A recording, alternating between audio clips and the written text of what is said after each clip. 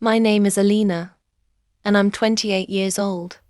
I'm not a celebrity, not someone with a famous last name or a million followers.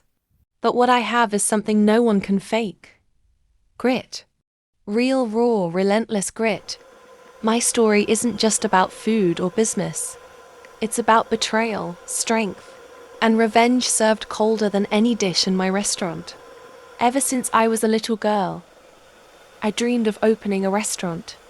Not a fancy five-star one with chandeliers and violins, but a warm, soul-soothing place where the scent of fresh spices met the sound of laughter. I wanted a spot where people could walk in with heavy hearts and walk out a little lighter, a little happier.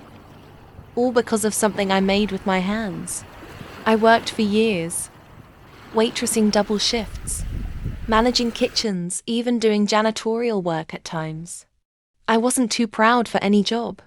Every paycheck, every tip went into savings. No fancy clothes, no Netflix, no nights out. Just work, learn, save. Slowly, the pieces came together. I found a tiny but beautiful location. My parents helped with the down payment. I called it Alina's Hearth because for me, food wasn't just business. It was home. I designed everything, from the rustic wooden chairs to the menu, handwritten with stories behind each recipe. We had dishes like Mama's masala chicken, midnight butter dal, cinnamon soul cake. Customers started coming in, then returning, then bringing friends.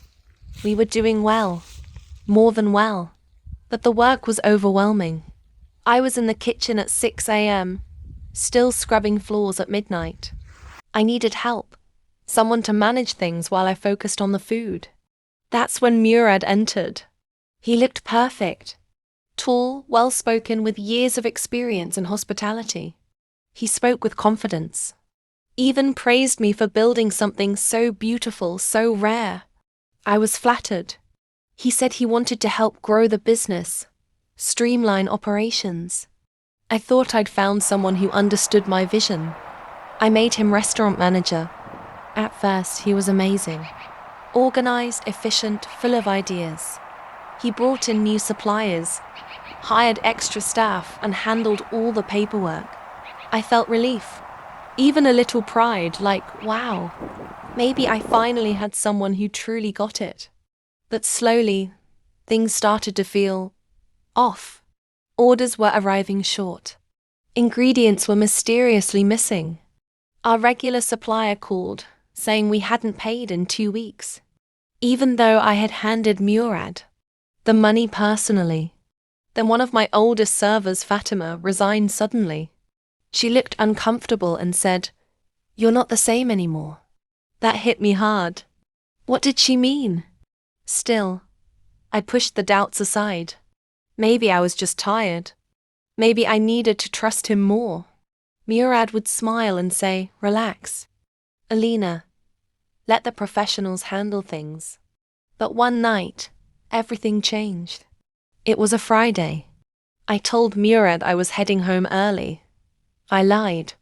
I stayed back in the shadows, behind the kitchen corridor. I waited. Around 10:45 p.m., after most of the staff had left, a white van pulled up to the back alley. Murad came out with 2 of his hand-picked staff. They loaded crates, chicken, spices, wine bottles, even some cookware into the van. Quiet, fast, smooth, like they'd done it a dozen times. I stood frozen. The air left my lungs. I didn't confront him. Not yet, because in that moment, I realized this wasn't just theft. This was calculated betrayal. He was running a whole underground catering operation using my supplies, my kitchen, my staff, and my money. So I did something he never expected. I played along. The next day, I brought him coffee. I thanked him for handling things. Meanwhile, I installed hidden cameras in the storeroom, the alley, even the office. I took pictures of the empty shelves, the fake invoices, the texts he left open on the work computer. I created a digital folder, Project Snake, and filled it with evidence. Then I reached out to an old school friend.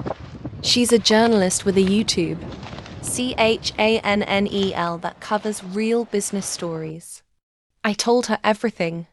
She said, "Let's blow this open." 2 weeks later, I invited food bloggers and influencers for a documentary style behind-the-scenes video at the restaurant. Murad was thrilled. He posed for photos, showed off the kitchen, acted like he was the king of the castle. He had no idea he was walking into his own exposure. We dropped the video 3 days later. It went viral overnight. The title? Restaurant Betrayal. Manager caught running secret. Business behind owner's back. The footage spoke for itself. You could see him loading the van. You could hear the fake promises he made to vendors. You could see the receipts being altered. The comment section blew up. Thousands of people messaged support. Women shared their own stories of betrayal. Customers lined up outside Alina's Hearth, not just for the food, but to support me. Even celebrities reposted the video. One said, "This is how you serve revenge," with proof and poise. Murad was arrested 2 days later. His mini-empire collapsed like a house of cards. The staff who supported him either vanished or apologized, begging to return. But I didn't take them back. I built everything back from scratch. I handpicked my new team. I rebranded the restaurant with a new slogan: Built by Heart, Protected by Fire. Today, Alina's Hearth is fully booked most nights. Our story is pinned on the wall near the entrance. People take selfies with it. Some even cry. I get emails from women who said they finally had the courage to stand up to their bosses, partners or families, all because of that one video. So if you're watching this now, subscribe to my YouTube channel. I share real stories, raw lessons, and behind-the-scenes truths most people won't tell you. Like this video if it stirred something in you, and share it. Don't skip it. Someone out there is being manipulated right now and needs to hear this. And the moral? Be kind but not blind. Trust but verify. And when someone betrays you, don't just cry, strategize. Silence is power. Proof is everything. And revenge? It's not about destroying them. It's about reclaiming you. Now tell me, who's the real boss?